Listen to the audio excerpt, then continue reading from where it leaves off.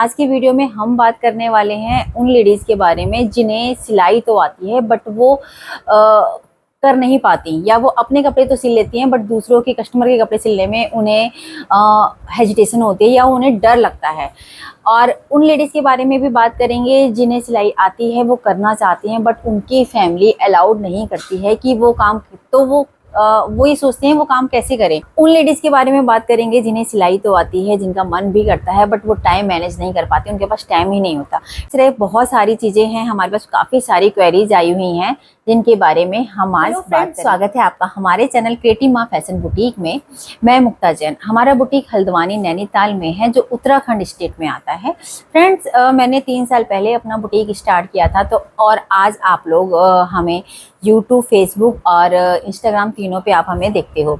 तो फ्रेंड्स, आज हम बात करने वाले हैं बहुत सारे टॉपिक्स के बारे में। मेरे पास काफ़ी सारे कमेंट आते हैं, काफ़ी सारी क्वेरीज आती हैं और इनफैक्ट फ़ोन भी आते हैं मेरे पास काफ़ी सारे अलग अलग। तो उसमें काफ़ी सारी प्रॉब्लम्स आती हैं लेडीज़ की।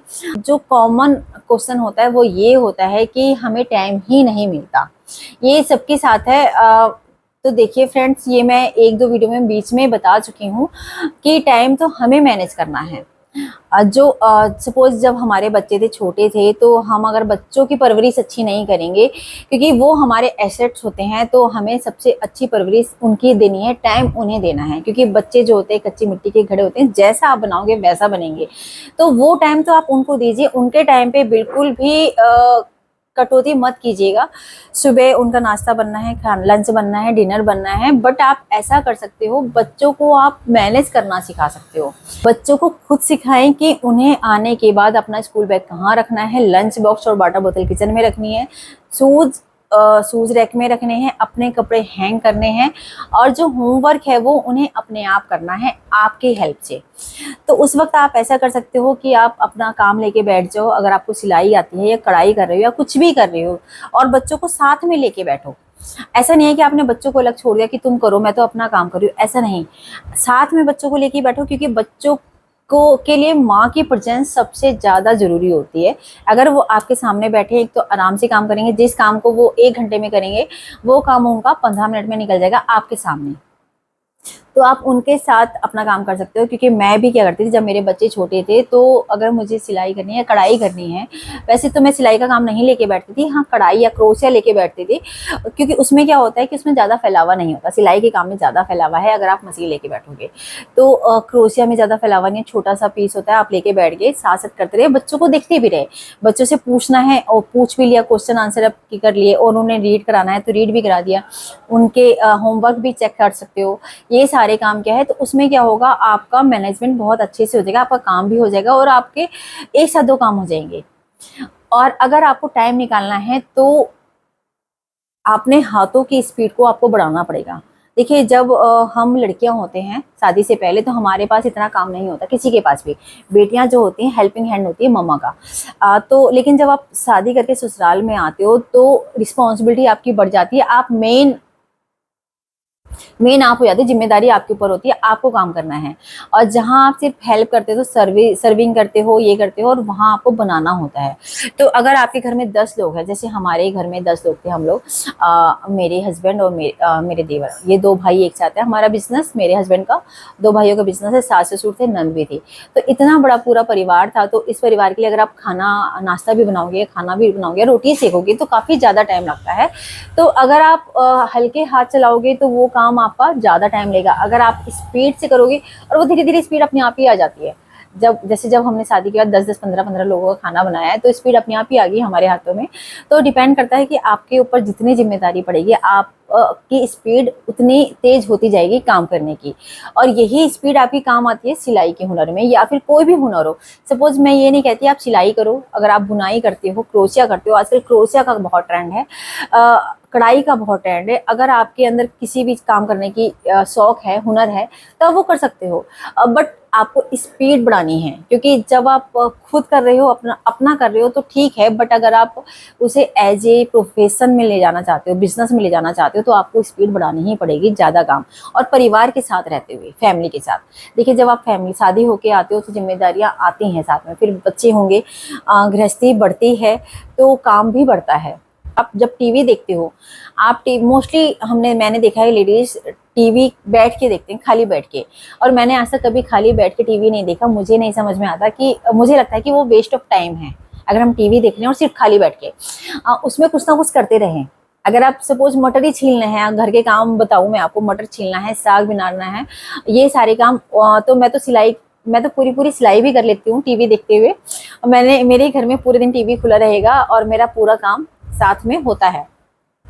तो ये क्या है, टाइम बचाते हैं। अगर आप एक साथ दो काम करोगे, सपोज मैं किचन में काम कर रही हूँ अभी भी, मैं सुबह ब्रेकफास्ट भी बनता है हमारा, मैं 10 बजे आती हूँ, 9 बजे मेरे हस्बैंड जाते हैं, मेरे हस्बैंड लंच करके जाते हैं, क्योंकि हम लोग जैन है, वो मॉर्निंग में खाते हैं और शाम को 3:30 बजे वो डिनर करते हैं। तो हमारे यहाँ मॉर्निंग में लंच बनता है, ब्रेकफास्ट बनता है। अब चूंकि मैं बुटीक पे आती हूँ तो मैं डिनर भी बना के आती हूँ, सब्जी बना के आती हूँ, जो भी मुझे शाम का डिनर बनाना होता है वो मैं बना के आती हूँ। तो मेरे पास चार चूल्हों वाला गैस स्टोव है, तो मेरे चारों भरे रहते हैं। मैं एक साथ चारों पे ही काम करती हूँ। अगर मैं 2 स्टोव पे काम करूँगी तो फिर टाइम हमारा ज़्यादा लगेगा, इसलिए अगर हम 4 स्टोव का पूरा एक साथ यूज़ करते हैं तो टाइम बचता है। तो ये होता है टाइम मैनेजमेंट। आपको मैनेज करना है कि आप कैसे स्पीड से ज़्यादा काम कर सकते हो एक ही टाइम। अगर आपके पास टाइम नहीं मिलता तो मैंने टाइम बचाने के तरीके आपको बताए हैं, आप ऐसे ऐसे टाइम बचा सकते हो। सेकंड है, लोगों के सिलने हैं बट आप डरते हो। तो फ्रेंड्स, डर आपका ऐसे निकलेगा, पहले आप खुद के कपड़े बनाओ। अगर आप के आस पड़ोसी, आपके फ्रेंड सबसे पहले इंस्पायर्ड होते हैं आपसे, अगर आपने कुछ भी अच्छा पहना है। मेरे साथ भी यही था, मेरे फ्रेंड्स हैं, पड़ोसी हैं, सारे इंस्पायर वो रहते थे कि यार बहुत अच्छे बनाते हैं, हमारे भी बनवा दे या मेरे बना दे। मतलब अब ये है कि इतनी बड़ी फैमिली में, हमारी कंबाइंड फैमिली है, उसके बीच में ये टाइम निकालना कि हम दूसरों के कपड़े सिले, वो पॉसिबल नहीं है। बट अगर आपके पास इतना टाइम है कि आप दूसरों के कपड़े सिल सकते हो, बट आपको हेजिटेट ही होता है कि आप यार कैसा बनेगा कैसा नहीं, तो आप फ्री में बनाओ। जैसे आपके फ्रेंड ने कहा तू बहुत अच्छे बनाती पहनती है कपड़े, तो उनसे एक पीस लो कि चल मैं तुझे बना के दे रही हूँ। या उनका बर्थडे आ रहा है, अगर आपका इतना अटैचमेंट है तो आप उन्हें बर्थडे पे एक सूट सिल के गिफ्ट करो, क्योंकि उन्हें फ्री में बना के दो।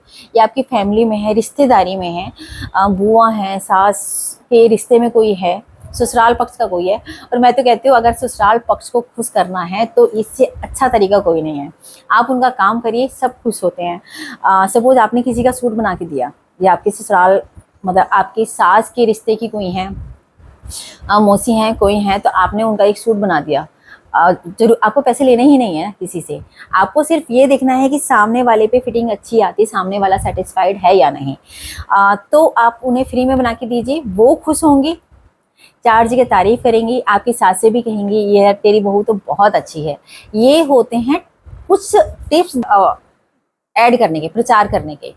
तो ये सब उनका एक तरीका है। बट आप वैसे करिए, मतलब स्वार्थ भावना से मत करिए, आप अच्छे मन से ही करिए कि आपका मन है, आपने बना दिया, खुशी से बनाइए। तो उससे क्या होगा कि आप जब पैसे खुद लेके आएंगे लोग, अगर आपको पैसे नहीं भी देंगे, क्योंकि आज का ज़माना ऐसा है कोई किसी का नहीं रखता। आजकल ये भी नहीं रहा ससुराल में कि बहुओं का काम सिर्फ करने का है, हर कोई समझता है दूसरे की मेहनत को। तो अगर आपने किसी के फ्री में बना के भी दिए हैं तो बदले में आपको कुछ ना कुछ वापस ज़रूर करेगा, किसी ना किसी तरह के बदले में।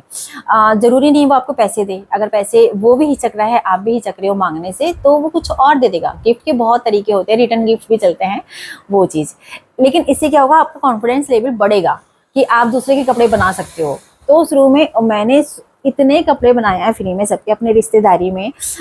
मेरी मौसी हैं, तो उनकी सास थी पहले, काफ़ी समय पहले जब मैं कॉलेज में ही थी। तो जब मैं उनके आई थी, पहले मैंने उनका एक ब्लाउज सिला था और वो मुझसे इतनी खुश थी। मैं पहली लड़की थी उनके यहाँ जो वो अपनी बहू से कहती थी तेरी भांजी नहीं आई, तेरी भांजी कब आएगी, तेरी भांजी कब आएगी, मेरी मौसी से।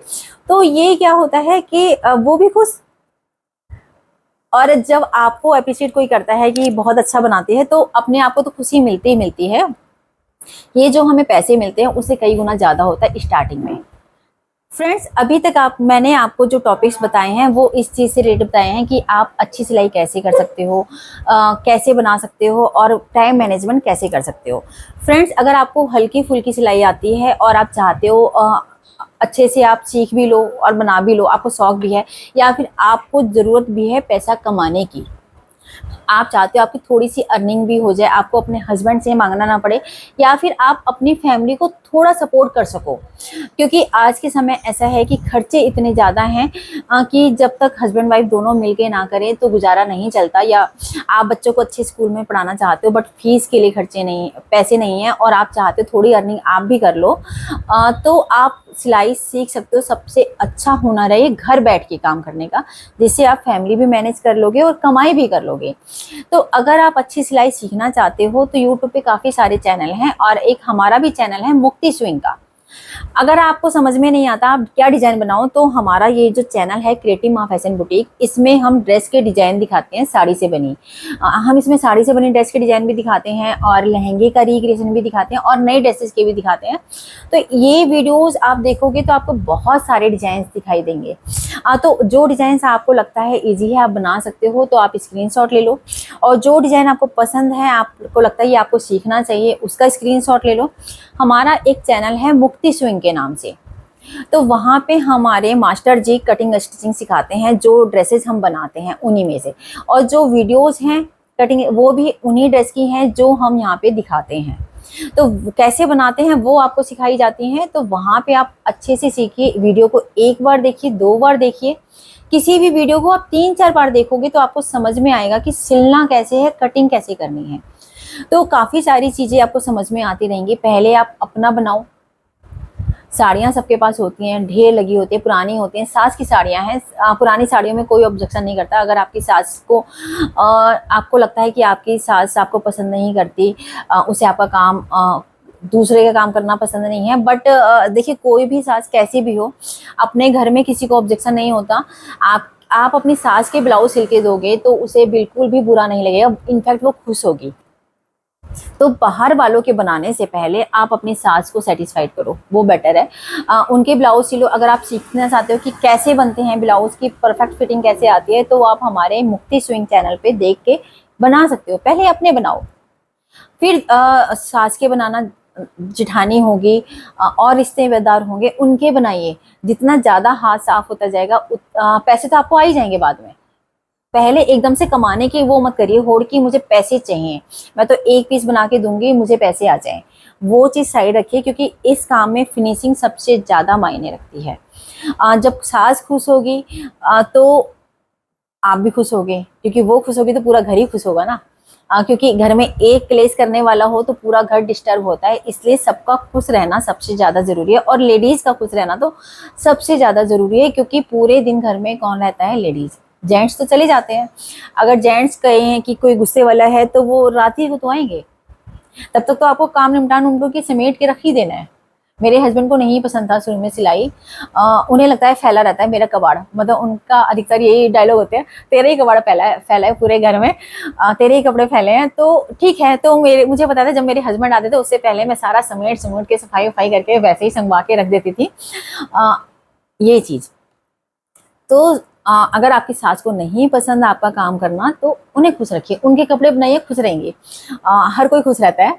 गिफ्ट मतलब मिली हुई चीज़ें सबको अच्छी लगती हैं। इनफैक्ट वो बाहर तारीफ भी करेगी, मेरी बहू मेरी कपड़े सिलती है।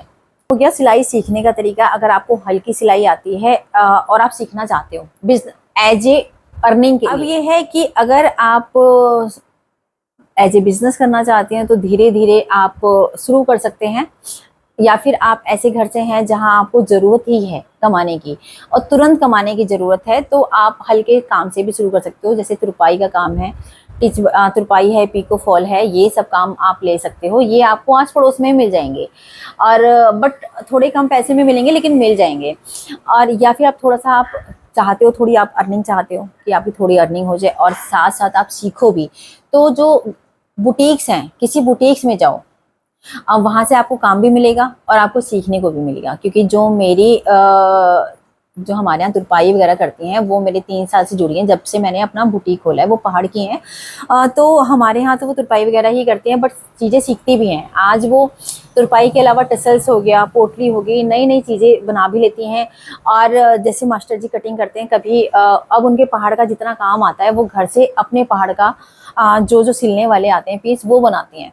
तो उससे क्या होता है, उनकी दो तरह की अर्निंग होगी। सीख वो यहाँ लेती हैं कि मास्टर जी से सपोज जब उन्होंने पहला पीस काटा था तो उन्होंने मास्टर जी के सामने काटा, उनको देख के काटा, तो मास्टर जी ने उन्हें थोड़ी सी कमियां बताई, ऐसे ऐसे करना है, तो उन्होंने कर लिया। तो आज क्या है, वो यहाँ पे तुरपाई वगैरह का काम करती हैं, या फिर सिंपल जैसे केन केन स्कर्ट है या सिंपल पीस है, हम उन्हें दे देते हैं जब हमारे पास काम ज़्यादा होता है।